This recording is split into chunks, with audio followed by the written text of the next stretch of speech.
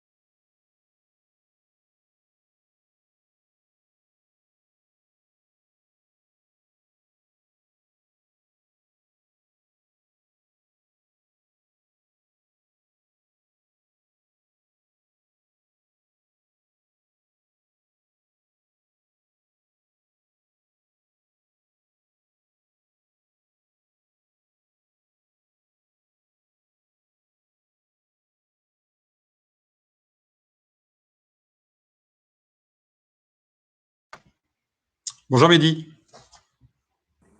Bonjour à tous. Euh, Aujourd'hui, je vais proposer à ceux qui nous écoutent d'attendre une bonne minute le temps que les derniers retardataires nous rejoignent.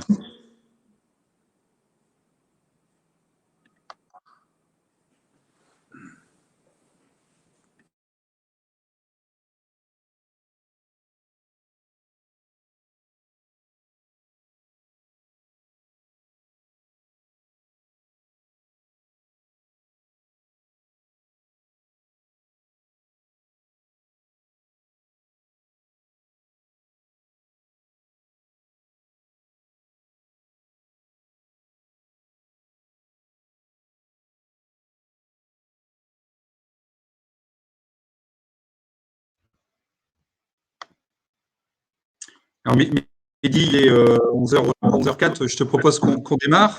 Donc, ça fera venir effectivement ceux qui sont un petit peu en retard. Donc, bonjour encore une fois à tous. Bienvenue dans ce nouveau webinaire donc organisé par le Greta Grand Littoral en tant que centre de formation pour les adultes et les entreprises dédié notamment au numérique. Le numérique, c'est effectivement la question, en tout cas le sujet qui va nous intéresser aujourd'hui. On aura la possibilité donc d'échanger avec Mehdi, que je présenterai dans quelques instants, qui est donc expert dans le domaine de la sécurité numérique. On aura comme ça la possibilité d'échanger pendant environ 3/4 d'heure. Et puis, bien sûr, on est à l'écoute de l'ensemble de vos questions. Ça sera le moment pour vous, effectivement, de poser l'ensemble de vos interrogations que vous pouvez parfois vivre en entreprise. Nous restons bien entendu au-delà de ce webinaire à votre disposition pour pouvoir aller un petit peu plus loin dans les échanges et notre capacité effectivement à solutionner les différentes problématiques que vous pourriez avoir. Voilà, donc c'est avec plaisir que nous accueillons Mehdi. Mehdi, si tu veux bien passer peut-être la slide qui permet de te présenter. oui. Voilà, donc Mehdi qui est aujourd'hui avec nous donc a créé sa structure qui est spécialisée donc dans la sécurité numérique qui s'appelle Tescope, qui travaille à la fois sur l'ensemble du territoire national, puisque Mehdi, tu es basé à Marseille et tu travailles depuis maintenant de nombreuses années avec également l'Allemagne. Donc, tu as cette capacité de coopération transfrontalière sur ce sujet. Tu es également membre donc du EC3, c'est-à-dire le European Cybercrime Center, donc qui est spécifique également sur l'ensemble de ces problématiques. Tu as eu une expérience dans une entreprise dédiée à l'équipement électronique, notamment dans le domaine de l'automobile, avec Yazaki Europe.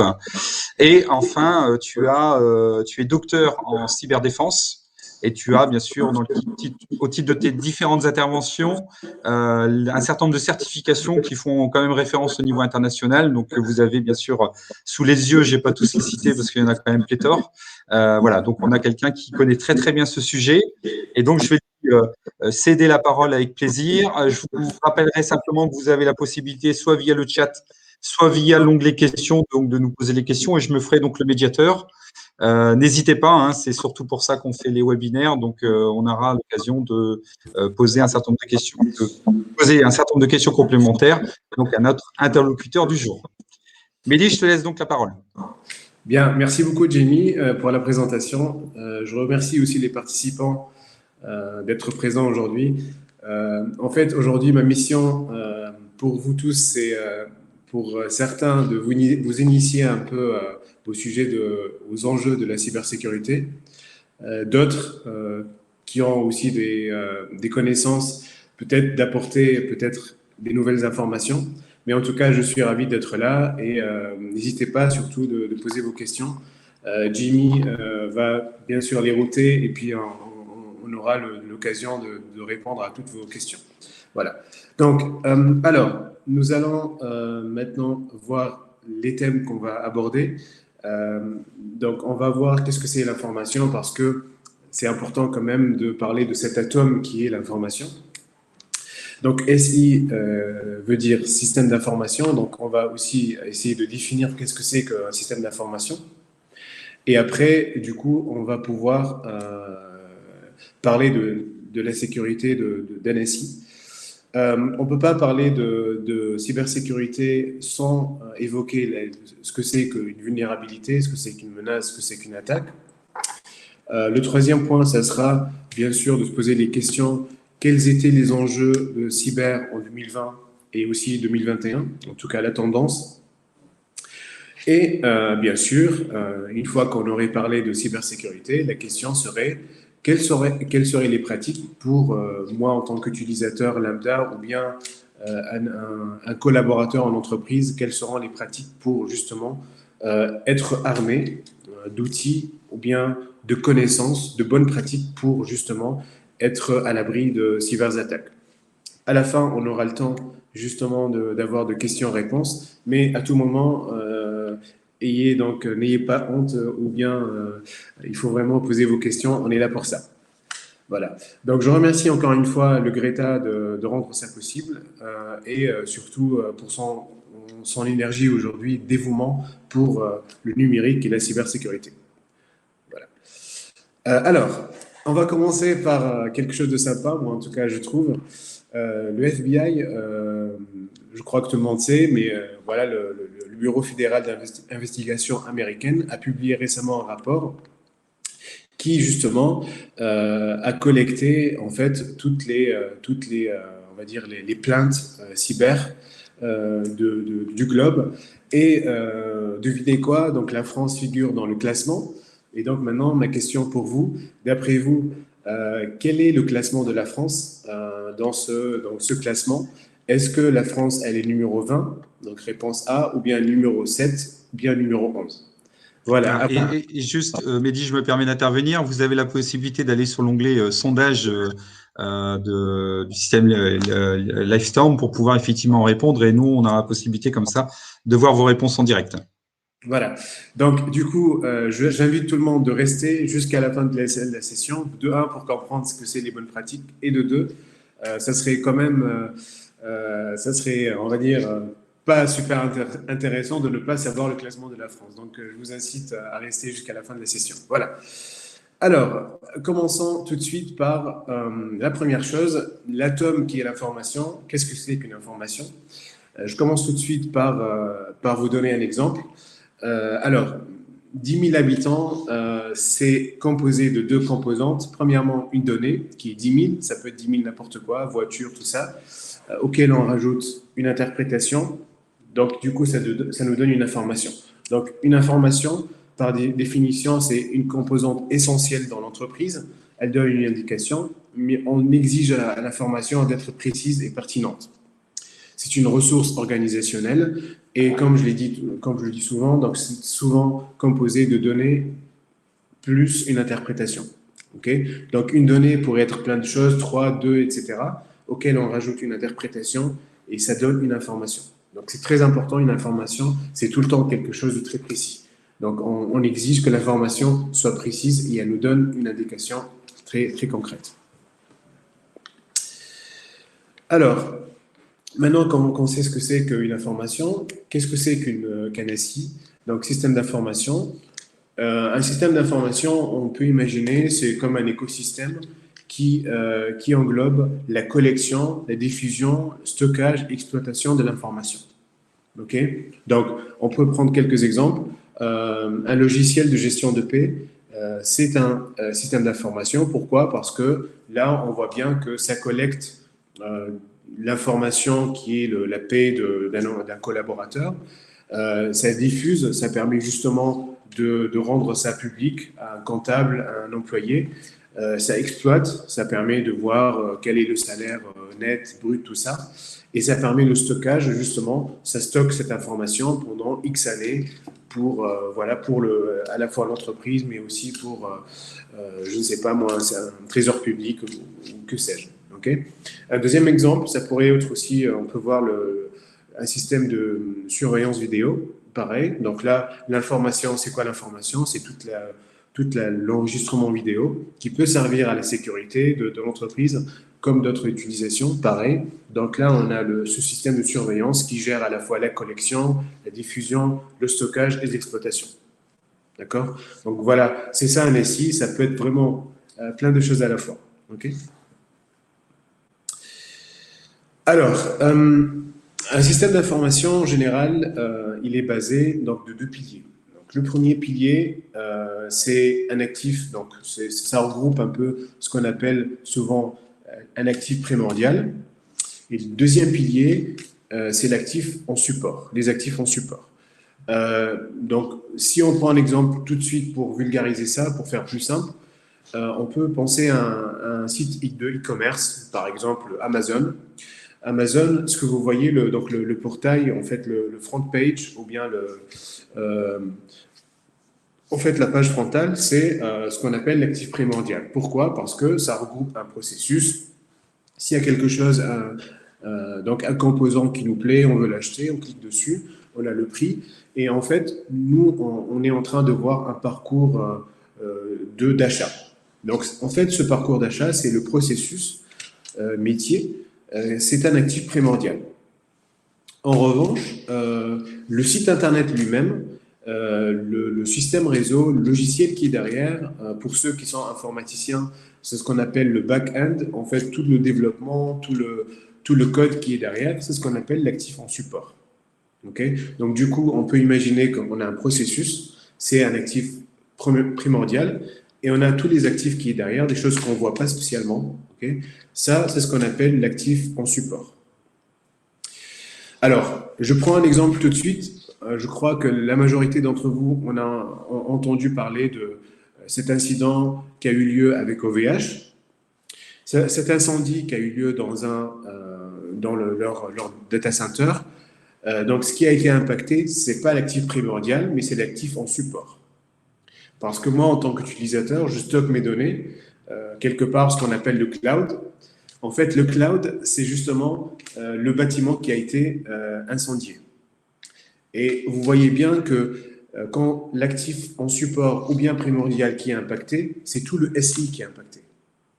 D'accord? Donc, en gros, conclusion, la sécurité d'un SI consiste à assurer la sécurité du couple primordial et support. Donc, on peut pas. Donc, en fait, l'un va avec l'autre. Un actif primordial doit être assuré tout autant qu'un actif en support. Et donc, le métier de quelqu'un qui travaille dans la cybersécurité, justement, c'est d'assurer la sécurité de ces deux composants-là. On continue. Alors, donc, parlons tout de suite ou bien de ce qu'on appelle la vulnérabilité. Okay? Donc, une vulnérabilité, c'est quoi?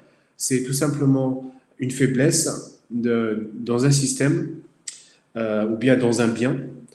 Et en fait, comme je le montre ici, donc une vulnérabilité, c'est une faille qu'on pourrait exploiter. Donc, je prends un exemple simple. On est chez nous.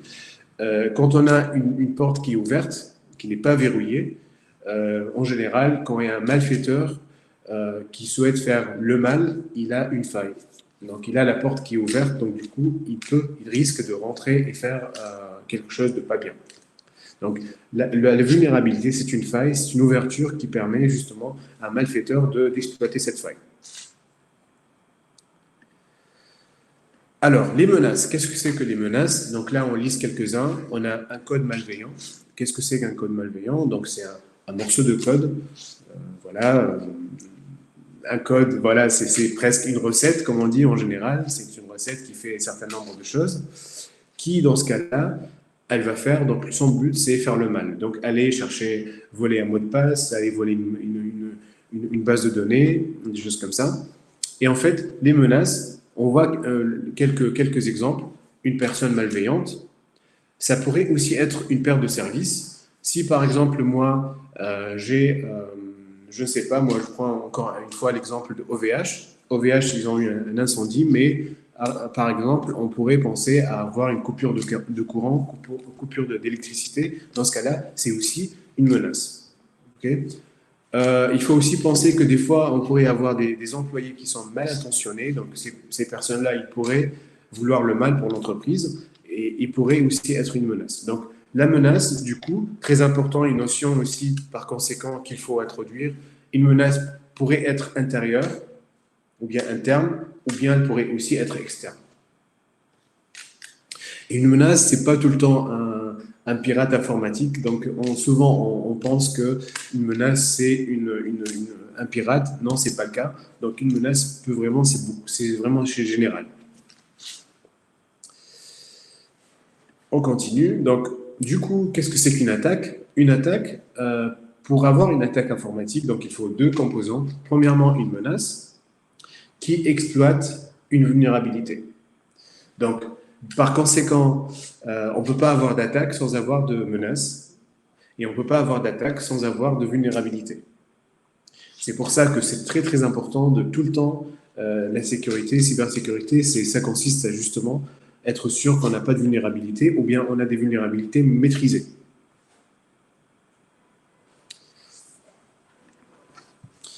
Alors, on se pose la question, quelles étaient les menaces en 2020, pardon. Donc, l'ENISA, qui est une agence de cybersécurité à l'échelle de l'Union européenne, en fait, ils ont regroupé ici, donc c'est un rapport qui est sorti récemment, qui justement regroupe les 15 menaces. Pardon, c'est en anglais, mais normalement, ce sont des choses qu'on a l'habitude de voir. Donc là, on voit les choses qui sont classiques, comme voilà, numéro 1, on voit les codes malicieux, on voit des problèmes comme applicatifs, on voit le phishing qui est tout ce qui est spam.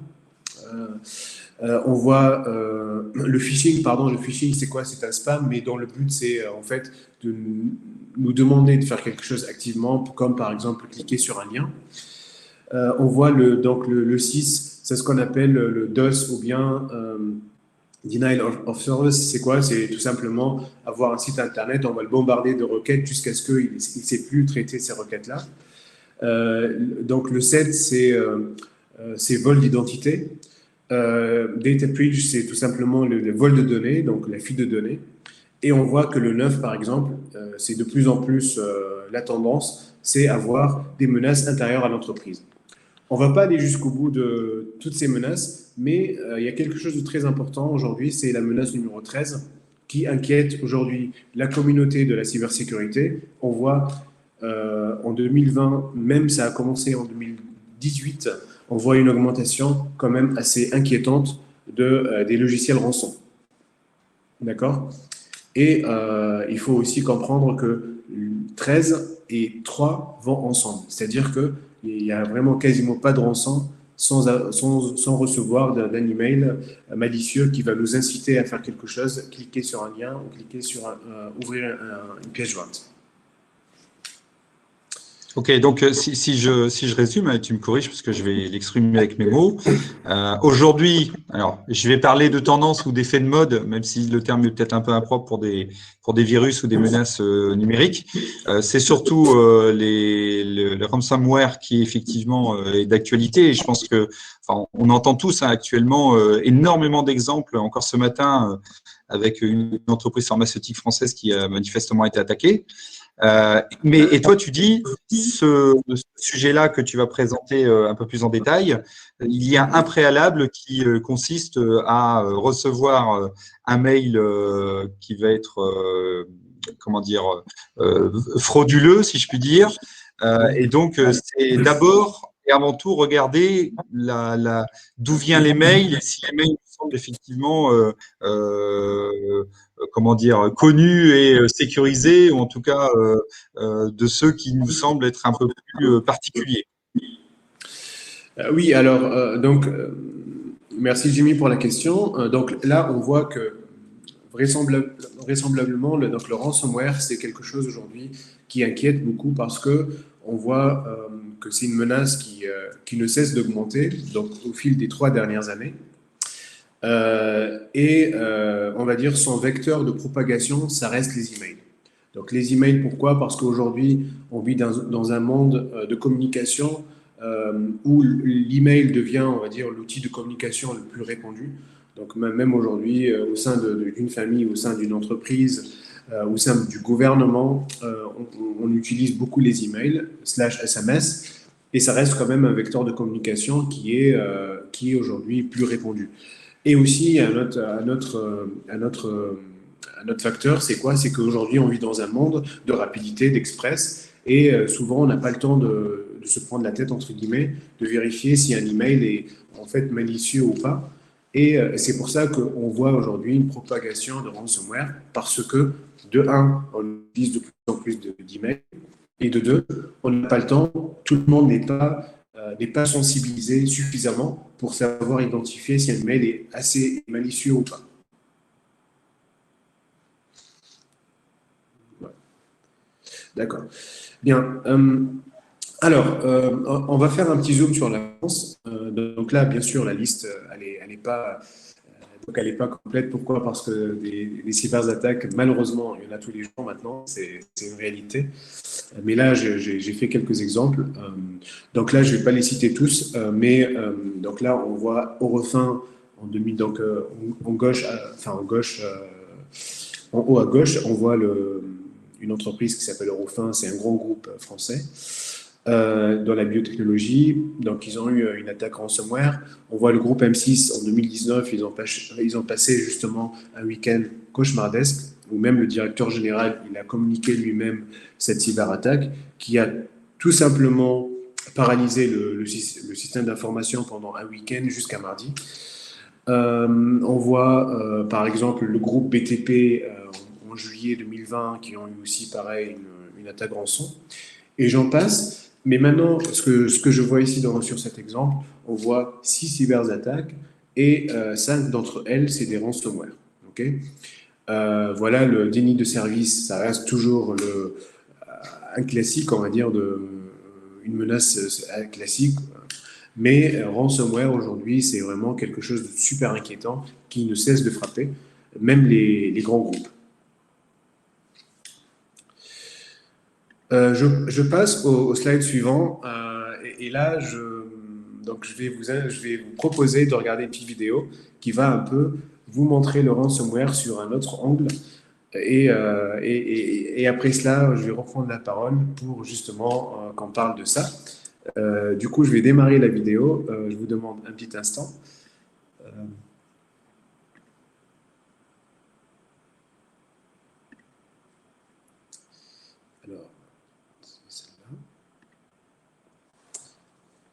Donc, je vous laisse visualiser la vidéo. Le ransomware est un type de logiciel malveillant utilisé par les cybercriminels pour extorquer de l'argent aux internautes. Sorte de hold-up sur Internet, le ransomware bloque l'accès aux données contenues dans l'ordinateur de la victime en cryptant les fichiers présents sur le disque dur et même les disques externes et clés USB s'ils sont connectés à l'ordinateur au moment de l'attaque. Les pirates établissent une procédure de paiement de rançon expliquant comment récupérer la clé de déchiffrement. Sans cette clé, les fichiers resteront illisibles. Le paiement de la rançon s'effectue généralement en bitcoin, monnaie intraçable. Cela permet aux pirates de rester introuvables et anonymes.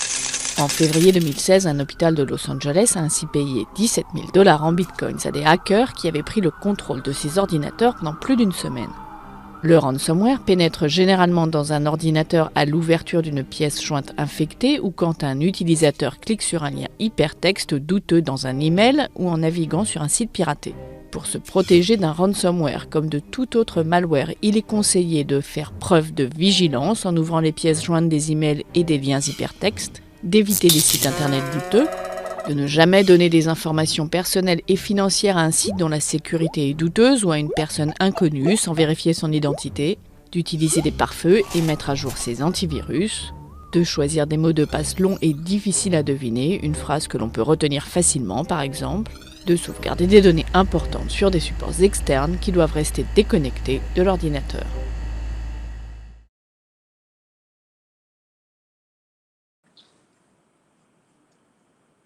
Merci Mehdi pour le petit film. J'ai une petite question quand même lorsque je regarde le film que tu as proposé. Euh, avec ton niveau d'expertise, moi qui justement suis plutôt, qui n'ai pas bien sûr ta capacité d'expertise dans ce domaine-là, j'ai le sentiment que pour utiliser ce type d'attaque, il faut être quand même sacrément doué dans le domaine numérique. Est-ce que tu confirmes qu'effectivement, c'est plutôt effectivement les hackers, c'est plutôt des gens vraiment qui s'y connaissent vraiment très bien, ou au contraire, si on va sur le darknet ou autre part, finalement, quelqu'un qui a un niveau, même s'il n'est pas trop poussé en informatique, peut assez facilement, d'une certaine façon, attaquer une entreprise et utiliser ce type de système pour se faire de l'argent. Alors, ta question, Jimmy, m'oriente vers quelque chose qui a donc beaucoup d'études qui ont essayé on va dire, de regrouper ou bien analyser en fait les profils de pirates ou bien des malfaiteurs. Donc, on va dire le résultat, il est unanime. En fait, on voit régulièrement trois groupes de cyberattaques. Euh, En gros, il y a des personnes qui sont ce qu'on appelle des newbies, c'est des débutants. En fait, c'est des petits jeunes. En général, leur âge ne dépasse pas 22 ans. Et ce sont des personnes qui sont tout simplement en train d'apprendre, de vouloir apprendre. Donc, ils vont essayer de trouver des choses qui existent sur Internet, des petites méthodes qui existent sur Internet, et ils vont essayer tout simplement d'une manière aveugle de tester. Donc, en fait, entre eux, c'est un défi. Ils se mettent un défi entre groupes, entre communautés, et puis ils vont faire des choses, en fait, mais c'est juste pour apprendre. Ce sont des amateurs. Et leur profil, c'est souvent, ils ne dépassent pas une vingtaine d'années. D'accord. Voilà. Et j'imagine que pour ce premier groupe, Oui.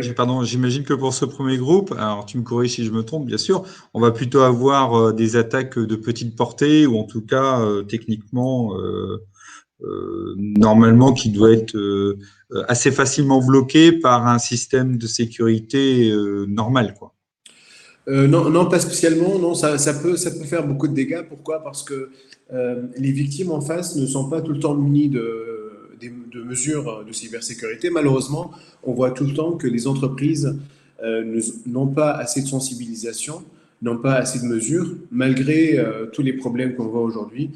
On voit tout le temps les choses, la même récurrence en fait. Les problèmes reviennent souvent, alors que les impacts ils sont en train de croître. Et non, non, non, l'impact même ces débutants, des amateurs, il peut être vraiment, il peut faire beaucoup de dommages. D'accord? Alors, on voit un deuxième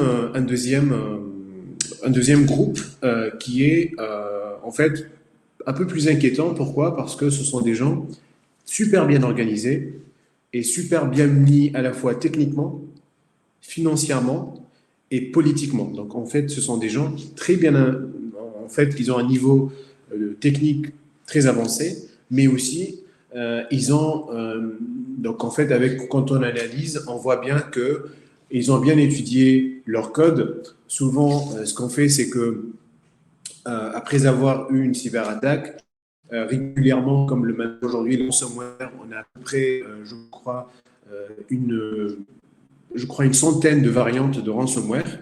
Et on arrive aujourd'hui à les identifier tous. Et on voit le code. Et le code a été analysé. On voit bien qu'il y a un travail technique derrière qui est assez avancé, qui ne peut pas être fait sans avoir eu un support financier derrière. Et du coup, ça laisse penser que ce type d'attaque, il a été bien étudié avec des connaissances techniques et financières assez significatives. Voilà. Donc, et en général, ce type d'attaque, derrière, il y a tout le temps un but plutôt gouvernemental, plutôt financier, ou des fois, ça pourrait être une cyberguerre. En fait, aujourd'hui, on parle de guerre numérique. Voilà. Et le troisième groupe, c'est on a malheureusement tout le temps cet activisme, ou bien on va dire ce sont des gens qui veulent faire du terrorisme en fait, dont le but il est plutôt criminel. Et là, c'est vraiment cybercriminalité. Voilà. Aujourd'hui, on parle de plus en plus, si on emploie le mot SaaS, aujourd'hui, as a service, on dit, as a service, c'est quoi? C'est que à la demande. Aujourd'hui, on a plein de choses à la demande. Comme on voit aujourd'hui, Amazon, la télévision devient à la demande. On fait un replay et tout. Aujourd'hui, il y a même des entreprises cachées qui proposent à la demande une cyberattaque. Donc aujourd'hui, on est capable de se munir d'un kit de ransomware et on peut le personnaliser et l'envoyer, faire comme, je ne sais pas, moi, je peux faire une adresse IP et moi, je peux ne pas être développeur et utiliser un kit de ransomware, un kit de je ne sais pas quoi, donc qui est prêt à être utilisé. OK? Donc, je reprends la question, c'est que aujourd'hui, on est face à une réalité où on peut ne pas être pirate ou très technique, mais aussi être capable d'aujourd'hui acheter en fait comment dire, voilà, un missile ou un outil qui nous permettra justement de frapper. Ok. Merci Mehdi pour les précisions. Je te propose d'avancer parce que l'heure tourne. Oui, Donc je te laisse redérouler effectivement ta présentation. Ok, très bien. Donc on continue. Alors le ransomware, donc en chiffres en France, on compte à peu près 20 000 ordinateurs infectés par ransomware en France et tous les mois. Donc un autre chiffre très intéressant, une entreprise sur deux a subi une attaque de type ransomware. Et donc le tiers, un peu plus que le tiers des entreprises finissent par payer une rançon. Donc quand une entreprise elle a une cyberattaque, les ransomware qui tout simplement paralysent toutes les données, et ben les entreprises finissent par payer. Et on voit bien 81% des attaques se font par email. Donc on fait attention aux emails, c'est des outils de communication, mais aussi ce sont des outils d'infection. Alors, regardons un peu plus le monde. Donc, on fait maintenant un zoom sur le globe terrestre. Donc là, en 2020, on voit la carte du monde. On voit une augmentation significative sur tous les continents. Et pour 2021, on prévoit encore en moyenne un peu plus de 61% d'attaques ransomware. Donc, ça reste quand même quelque chose qui est aujourd'hui très inquiétant. Alors, ce slide-là, il est en anglais, encore une fois, désolé, mais je vais vous guider sur ce slide. Donc là, on voit les flèches à gauche. On voit on va dire, si on imagine ransomware une entreprise, on voit que son chiffre d'affaires en 2019, il est 11,5 billions.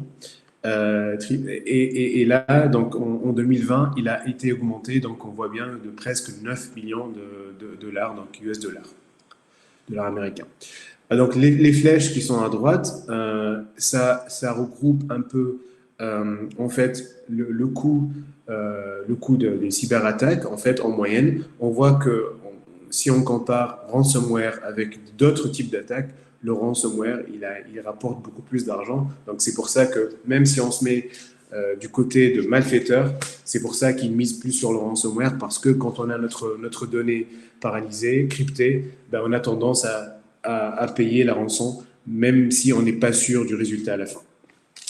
Donc en 2021, attention, les prévisions, la tendance, c'est les chiffres, elles parlent d'elles-mêmes. On est en train d'estimer à 11 secondes, donc 11 secondes, tous les 11 secondes, on estime d'avoir une cyberattaque de type ransomware en 2021. Et pareil, une augmentation, donc au lieu de 31% en 2020, on va avoir 36% des victimes qui vont payer. Et bien sûr, un autre chiffre très important en bas à droite, 17% des victimes qui ont payé en 2020, ils n'ont jamais reçu la clé pour déchiffrer leurs données. Donc, ce n'est pas parce qu'on paye qu'on a systématiquement nos données qui sont déchiffrées. Ouais, donc on est sûr de rien en fait, hein. Même Oui, si on oui, paye, c'est ça. malheureusement, rien ne nous permet d'affirmer qu'on va avoir nos données qui vont finalement être sauvées, quoi. Absolument, absolument.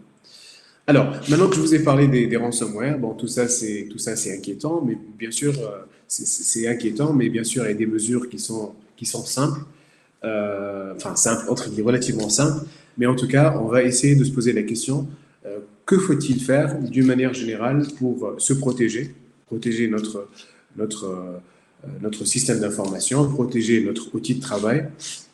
Et en fait, là, aujourd'hui, je vous propose 10 pratiques pour protéger votre poste de travail, poste informatique. Alors, aujourd'hui, nous allons détailler 3.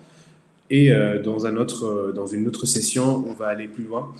Et donc là, je vais vous guider sur les 10 pratiques. Et aujourd'hui, pour notre session d'aujourd'hui, on va voir que 3. Alors, première partie et pratique, c'est de sauvegarder d'une manière systématique et fréquente vos données. Donc, s'il y a n'importe quelle cyberattaque, si vous n'avez pas une sauvegarde, eh ben, vous avez un problème, un gros problème. Deuxièmement, je pense que vous l'avez certainement entendu au moins une fois, pour ne pas dire plus, vous devez avoir un pare-feu. Un pare-feu, c'est comme un mur de chez vous, comme le mur que vous avez devant votre maison ou bien appartement, voilà, qui va indiquer ou bien faire une limite entre chez vous et ailleurs, en fait, ou bien à la rue ou bien à l'extérieur. Donc l'intérieur et l'extérieur. Un antivirus, c'est très important. Et puis une mise à jour régulière de vos systèmes et logiciels. Troisièmement, limitation des droits d'administrateur. Donc ça, je vais détailler ça un peu plus tard. Quatrièmement, respect des chartes informatiques. Ça, si on est en entreprise, vous avez certainement peut-être ou peut-être pas une charte informatique, mais c'est très important, si vous en avez une, de la respecter. Protection des ordinateurs portables contre les accès légitimes et le vol. Là, aujourd'hui, on est en mode nomade. Aujourd'hui, avec le Covid, on travaille tous ou plus ou moins de chez nous. Donc, c'est très important de savoir protéger vos ordinateurs, vos appareils mobiles, que ce soit tablette, que ce soit votre téléphone portable, smartphone. La pratique 6, c'est les mots de passe. Mots de passe, on les change en même temps qu'on change nos brosses à dents. J'espère qu'on change les brosses à dents. Et c'est une bonne analogie, ouais. Tiens, je garde en mémoire ça. Voilà. Et essayer au maximum d'avoir plusieurs mots de passe. Et bien sûr, on peut se poser la question, comment on peut conserver nos mots de passe s'ils sont complexes et tout. Donc, c'est une question. Il y a des pratiques pour ça. Il y a plusieurs pratiques même. Lors d'utilisation de clés USB ou bien des disques durs externes, c'est très important. Il y a beaucoup de réflexes très importants, surtout en cas de ransomware. Alors, je dis souvent aujourd'hui, on navigue tous sur Internet, mais il y a beaucoup de pratiques qui sont très importantes qu'il faut connaître. Comment protéger votre vie privée, comment se comporter pour les services en ligne, comment télécharger, comment naviguer sur Internet. Il y a plein de comportements qui exigent la prudence. Et bien sûr, pratique 9 très importante, on reçoit un email. Quelles sont les pratiques? Il y a 5 astuces qu'il faut connaître tout de suite. On a un email, on fait 5 réflexes, 1, 2, 3, 4, 5, et puis après, on se sent sûr, on sait on arrive à identifier si un email est malicieux ou pas. Donc 5 astuces très simples. Et après, pratique 10, on a notre ordinateur infecté, ça arrive, ça n'arrive pas qu'aux autres, ça peut arriver à chaque personne d'entre nous. Et on a notre ordinateur qui est infecté, qu'est-ce qu'il faut faire? Donc, on ne panique pas, il y a un réflexe qu'il faut avoir, il y a des choses, il y a des méthodes, voilà. Donc, aujourd'hui… Juste, Mehdi, excuse-moi, alors j'étais déconnecté 3-4 secondes, peut-être une attaque d'ailleurs. Mais plus sérieusement, il y a eu, je ne sais pas si tu as pu répondre dans le chat, on a 2 ou 3 questions par rapport à ce que tu es en train de développer. notamment Corinne Dornier qui demande sauvegarder, oui, mais sur quoi? C'est-à-dire, c'est quoi les bonnes méthodes? C'est quoi le bon outil qui peut être considéré comme sécurisé? Et Nadia qui complète en disant quel est le niveau de sécurité et de confidentialité, voire d'autres problèmes, hein, des outils de sauvegarde qu'on retrouve sur le marché, notamment l'ensemble des outils Google Drive, Google, enfin pas, les Microsoft Drive, OneDrive. iCloud, etc. Ouais, merci. Je cherchais le terme. Okay. Alors, donc sur la première question donc je crois Corinne. Alors en fait, alors la sauvegarde. Donc déjà de un, il faut avoir une sauvegarde systématique. Donc en général, la sauvegarde, il y a des règles pour la sauvegarde. Et déjà la question pourquoi on sauvegarde, c'est-à-dire que si on prend l'exemple de ransomware, si on prend un exemple très simple, on a un vol de notre ordinateur.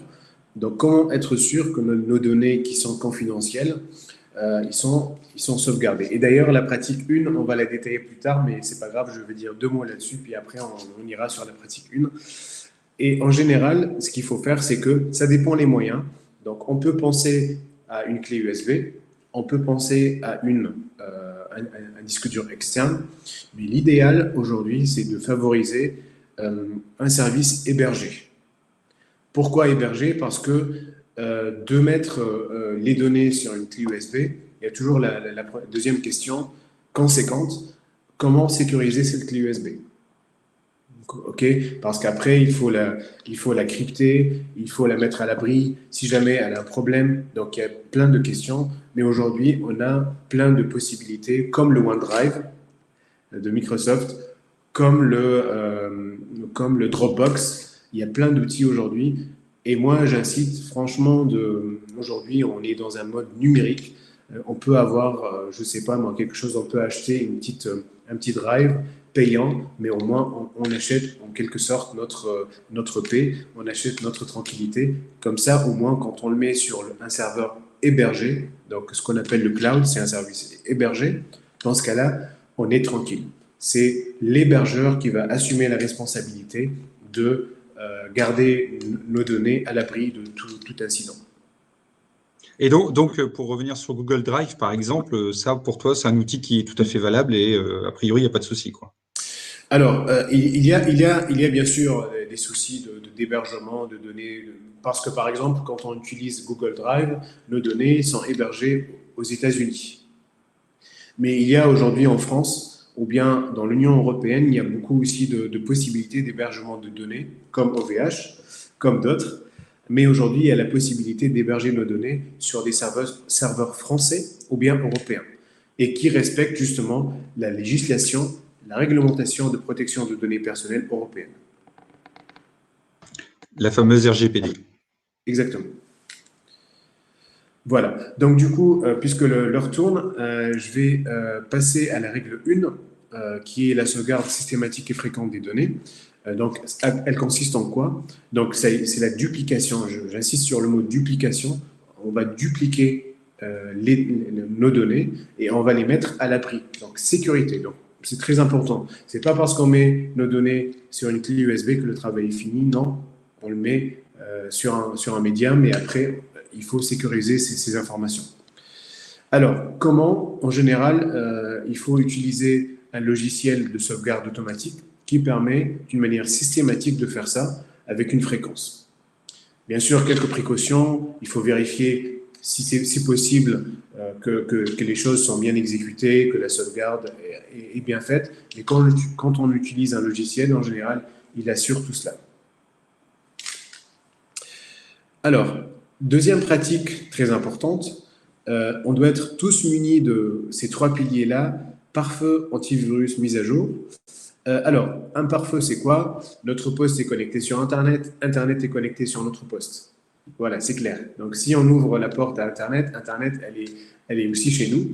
Et c'est pour ça que c'est très important d'avoir un pare-feu. C'est un pare-feu, c'est comme le vigile qui est à la porte. Il est en train de filtrer qui rentre, qui ne rentre pas. Donc, c'est important. Et bon, l'avantage, c'est que voilà, ça protège contre les connexions qui sont non sollicitées. Mais si un jour, vous ouvrez la porte à quelqu'un qui rentre chez vous, bien sûr, il est chez vous, il a le droit de faire ce qu'il veut. Donc voilà, le pare-feu, des fois, il a aussi ses limites. C'est pas parce qu'on a un pare-feu, on se dit on est tranquille. Non. Un antivirus, lui, qu'est-ce qu'il va faire? Il va prendre toutes les applications, les fichiers que vous avez sur votre ordinateur, il va les scanner et il va justement protéger votre ordinateur des menaces qui sont connues. Donc les choses qu'il ne connaît pas, des fois, il va avoir du mal à les identifier. Donc ça, c'est l'inconvénient. Les mises à jour, comme je l'avais expliqué, un logiciel, il vit. On dit souvent un logiciel, il a un cycle de vie. Un logiciel n'est pas, il a été conçu en année, par exemple, 2018, mais il est en train de vivre. Donc, il a aussi des failles et l'éditeur d'un logiciel, il est en train tout le temps de corriger les failles. C'est pour ça que de temps en temps, il va envoyer des mises à jour, des nouvelles fonctionnalités. Ça serait dommage de ne pas profiter de ces améliorations, que ce soit sécurité ou bien fonctionnel. D'accord? Voilà. Alors, deux mots là-dessus. Donc, alors, les pare-feux antivirus et mise à jour, donc c'est important. Donc là, je résume un peu. Donc, le pare-feu, il distingue ce que c'est qu'un réseau local, un réseau public, Internet. Donc, l'antivirus, lui, il va faire les mises à jour quotidiennes de la base de signature des moteurs d'antivirus. Les mises à jour, par contre, là, ça permet de faire d'une manière systématique, en fait, les mises à jour de tous les logiciels qu'on a. Alors, donc, je vous rassure tout de suite sur, normalement, vous êtes muni, si vous avez un Microsoft, un système d'exploitation Microsoft ou bien un Apple, normalement, vous avez déjà un pare-feu qui est intégré. Le Mac ou bien Apple, ils ont une autre manière de sécuriser les choses sur, on va dire, la couche applicative. En antivirus, il y a des choses, il y a des produits qui sont gratuits, des produits qui sont commerciaux. Bon, après, ça dépend de notre demande, mais il y a des produits qui existent sur le marché. Et les mises à jour, en général, pareil. Donc, chaque système d'exploitation, il est muni en fait, d'un système de mise à jour automatique. Donc, normalement, vous n'avez rien à faire. Les choses se font automatiquement. Il faut juste, quand il y a une notification de mise à jour, il ne faut pas avoir la flemme de cliquer et être patient et quand même de corriger les erreurs. Donc, pour ceux qui utilisent Microsoft, sachez que tous les mardis, tous les deuxièmes mardis de chaque mois, vous avez tout le temps Microsoft qui publie, en fait, qui met à disposition les patchs de sécurité et les améliorations. Troisième pratique, avant de passer aux questions-réponses, désolé, on a un peu débordé, mais c'est quand même important. Voilà, donc en général, vous avez… Jimmy, qu'est-ce que tu en penses? Est-ce qu'on s'arrête là ou on continue avec la règle 3? Non, fini la règle 3 et puis effectivement, on passera aux questions Bien, pour ok. pouvoir essayer de rester dans les délais. Ok, parfait. Donc la règle 3, limitation de droit d'accès. En général, quand vous avez votre ordinateur, vous êtes ou bien administrateur ou bien un utilisateur simple. Donc c'est quoi la différence? Là, je vais aller directement au slide suivant. Donc un utilisateur standard, c'est un utilisateur qui a le droit juste d'utiliser les applications.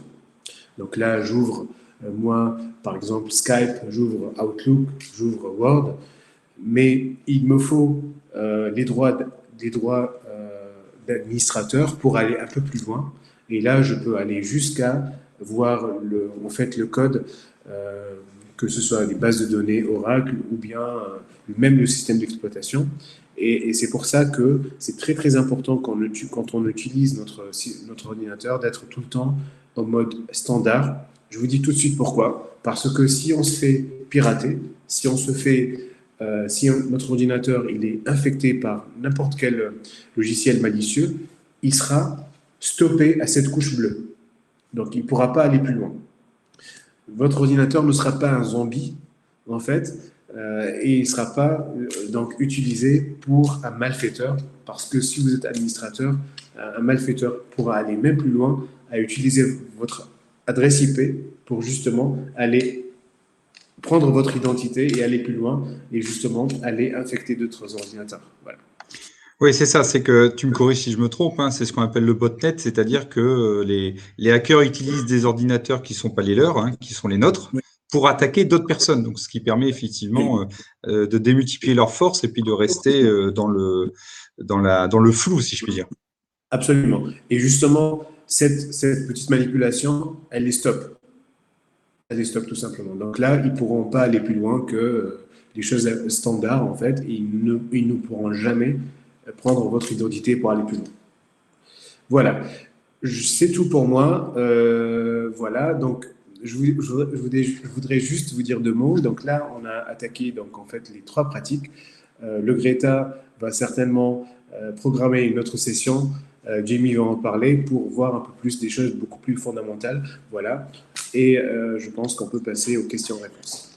Oui, alors effectivement, je te confirme, hein, Mehdi, c'est qu'effectivement, alors en 45 minutes, vous imaginez bien que malheureusement, on n'a pas le temps de traiter un sujet aussi technique et aussi vaste. Donc, c'était simplement la possibilité de commencer par déjà 3 bonnes pratiques, mais comme nous organisons donc maintenant depuis plusieurs mois des rendez-vous réguliers pour pouvoir travailler sur ces questions numériques, on reviendra assez vite sur l'ensemble des autres bonnes pratiques ou différentes solutions de sécurisation qui permettra effectivement d'aller un petit peu plus loin. Alors, il y a pas mal de questions, hein, Mehdi, donc dans le drive, enfin dans le chat, pardon. Il y a notamment simplement Séverine Falik qui propose, enfin qui demande, c'est quoi Dropbox? Tu as parlé à un moment donné de Dropbox, mais c'est quoi Dropbox? Ah oui, Dropbox. Alors Dropbox, c'est historiquement la première entreprise qui a proposé donc un service en fait d'hébergement de données. En fait, qu'est-ce que c'est? Ça permet tout simplement d'échanger des documents en temps réel. En fait, c'est un service hébergé qui permet notamment de mettre à disposition un document et permettre à d'autres collaborateurs, des amis, des connaissances de collaborer sur le même document. Et en fait, c'est l'un des premiers, en fait, c'est les leaders en fait en termes d'échange de données. Alors, Séverine me corrige tout de suite, elle dit qu'elle connaît. Donc, merci pour ta définition. Simplement, elle voulait connaître sa fiabilité. Est-ce que tu as connaissance de leur degré de sécurité? Donc, ça dépend. Qu'est-ce qu'on entend par fiabilité? Est-ce que l'outil est fiable? Oui, il est fiable, parce qu'aujourd'hui, il détient des parts de marché énormes quand même pour tout ce qui est échange de données. C'est assez sécurisé. Bon, après, ça reste toujours la même chose. Donc, c'est quand même une entreprise américaine. Et aujourd'hui, la juridiction européenne n'a pas la main sur les entreprises américaines. Pourquoi? Parce qu'ils ont leur propre juridiction. Et quand on parle, par exemple, de données personnelles, on a tout le temps des petits problèmes. On a du mal à gérer un peu l'aspect protection des données personnelles. Et même aujourd'hui, après la RGPD, il y a une autre loi qui concerne tout ce qui est cookies, et on a du mal à appliquer, à faire respecter les juridictions européennes sur les entreprises américaines. Alors, de ce que je comprends, et je vais le dire avec mes mots de façon peut-être un peu plus crue, un petit peu plus directe, et je pense d'ailleurs traduire un petit peu les remarques qu'avait fait Nadia concernant ce sujet. Tout à l'heure, tu disais, en gros, si vous voulez sécuriser vos données, surtout, il faut le faire, notamment sur des clés USB ou des disques durs, mais il y a peut-être encore mieux qui est d'utiliser le cloud. Cela dit, attention, les clouds qu'on connaît bien, type Google Drive, etc., donc les Américains, comme ils ne sont pas soumis à la RGPD européenne, il y a la possibilité qu'ils utilisent nos données pour des fins qui leur appartiennent, si je puis dire. En tout cas, il y a toujours ce risque-là. Et donc, toi, tu proposes, c'est d'utiliser effectivement les solutions de cloud, mais européennes ou françaises en tout cas, parce que comme elles sont soumises à la RGPD, il y a quand même moins de risques de ce côté-là. Est-ce que c'est un bon résumé? Bon, je ne peux pas dire si c'est un bon résumé ou pas, mais en tout cas, il y a une chose qui est sûre, je ne peux pas dire que les GAFA, Google, Amazon, Facebook et tout ça, Microsoft, ils ne sont pas en train de respecter la juridiction européenne. Non, c'est pas ça. Mais on a du mal enfin, c'est pas moi qui a du mal, mais en tout cas, que ce soit l'Union européenne, que ce soit la CNIL, d'ailleurs en 2018, suite à l'application de la RGPD, Google était une des premières entreprises qui a reçu la plus grosse amende sur l'histoire, enfin l'histoire en tout cas à l'Union européenne. Pourquoi? Parce qu'ils ont aujourd'hui une juridiction qui leur permet aussi, eux, de prendre le dessus sur la RGPD. Donc, du coup, cette limite, en termes de loi, elle est difficile. Donc, c'est pour ça, je sais pas, pour simplifier, aujourd'hui, que ce soit Google Drive, que ce soit OneDrive, que ce soit Dropbox, c'est incontestablement les solutions les plus respectées sur le marché. Donc, ce sont des outils qui sont très, très utiles. On peut les utiliser, c'est simple, sont bien intégrés sur plein de choses comme Facebook, etc. Maintenant, si on est très protection des données personnelles, on a cette affinité, il faut se poser des questions.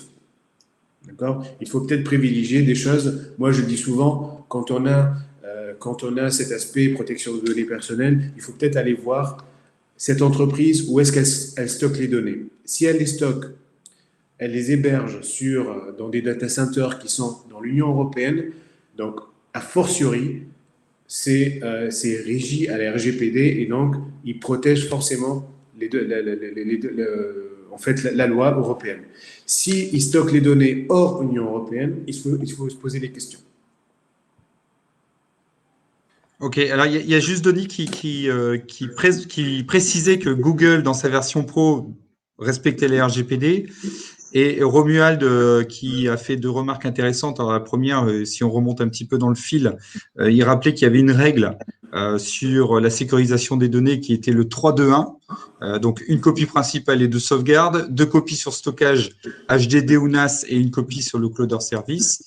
Et une copie sur site pour restauration rapide, une à proximité mais dans un autre bâtiment, notamment en cas de, j'imagine, d'incendie ou de vol physique, et une dans le cloud. Et il précisait également que, alors si je redescends, il y a Box et même Dropbox qui proposent en formule la localisation des serveurs, et donc j'imagine au niveau de l'Europe, ce que tu disais, et donc de pouvoir bénéficier de la RGPD, si je retraduis. C'est ça. Alors la gratuité de Google, Facebook et tout, la gratuité, elle repose sur justement l'exploitation de toutes nos données, ce qu'on appelle les métadatas, que eux après ils revendent pour un but commercial. Justement, aujourd'hui, on voit de plus en plus Google, toutes les entreprises américaines, les GAFA en général, s'orienter vers un autre business model qui est de dire, voilà, si vous voulez choisir où est-ce qu'on va stocker vos données, il faut payer un peu plus. Donc là, aujourd'hui, le service gratuit de Dropbox, Google, tout ça, ne nous donne pas l'autorisation, entre guillemets, d'être exigeant où sont notre données, où sont nos données et tout, même si dans leurs termes et conditions, si on regarde bien, il y a toujours des choses en fait qui ne sont pas claires. D'accord ? Et donc le service gratuit de Google, Dropbox et tout, quand on regarde bien les détails, malheureusement, il y a tout le temps c'est pas clair en fait. Voilà. Mais à côté de ça, le service, je répète, le service il est respecté, donc respectable. Ils ont les meilleures mesures de sécurité en place, donc là-dessus il n'y a pas de souci. Ok. Alors, il est bientôt midi, malheureusement, on va devoir conclure. En tout cas, merci pour vos questions. J'ai une toute dernière question vraiment très terre à terre, si je puis dire, mais c'est très bien. Corinne qui demande, on parle depuis tout à l'heure de sauvegarde de données. C'est quoi ton conseil en termes de fréquence ? C'est quoi ? C'est une fois tous les mois, tous les 6 mois, tous les trimestres, toutes les semaines, toutes les heures ? Alors, tout ce qui est archivage de données, il y a 2 stratégies principalement. Il y a la stratégie, ce qu'on appelle différentielle et incrémentale. En fait, les logiciels de sauvegarde de données, de backup, qu'est-ce qu'ils proposent ? Ils proposent incrémental, différentiel. La différence, c'est quoi ? Incrémental, ou bien, je dis différemment, donc différentiel, la plus intelligente, c'est quoi ? C'est que par exemple, on va lui dire au logiciel, je souhaiterais dans ce répertoire-là que tu m'enregistres mes données d'une manière différentielle. Donc lui, qu'est-ce qu'il va faire ? Il va aller tout le temps scanner, il va faire une sauvegarde aujourd'hui le jour 1, et après il va scanner. Quand il voit une différence, il prend cette différence-là et la sauvegarde. Donc du coup, nous, on n'a plus à s'inquiéter parce que le logiciel, d'une manière automatique, il va regarder et la différence sera sauvegardée automatiquement. Alors, toi, tu proposes des systèmes automatisés, mais pour celui qui le fait, j'ai dire de façon artisanale avec son petit disque dur, il doit le faire quoi, toutes les semaines, tous les 15 jours? Bon, C'est quoi ça dépend si on a des données confidentielles très, très critiques. Il faut le faire régulièrement. Je ne sais pas, moi, si par exemple, on a tous les jours des nouvelles données, dans ce cas-là, ben, il faut faire une sauvegarde quotidienne. Si on a une fois par semaine, bon, on le fait hebdomadaire. Donc, il n'y a pas de, justement, juste une fréquence, on va dire, standard pour tout le monde. En fait, ça dépend. Même les entreprises, c'est comme ça qu'ils font les choses. Ok. Alors, on va devoir terminer, hein, parce qu'il est déjà midi passé. Simplement, toute dernière chose en conclusion, je te donne les retours, tu sais, du sondage de démarrage. Donc, il y a 50% des répondants qui ont dit qu'on était à la 11e place mondiale. 40%, donc le niveau juste en dessous, qui propose la 7e place, et 10% la 20e place mondiale. Donc, le verdict, c'est quoi? Bah, le verdict, c'est la réponse 2. Donc, en fait, pardon, c'est la 7e. 20e. Oui, 7e, oui, c'est ça. 7e, d'accord, ok, très bien. Ok, bon bah merci.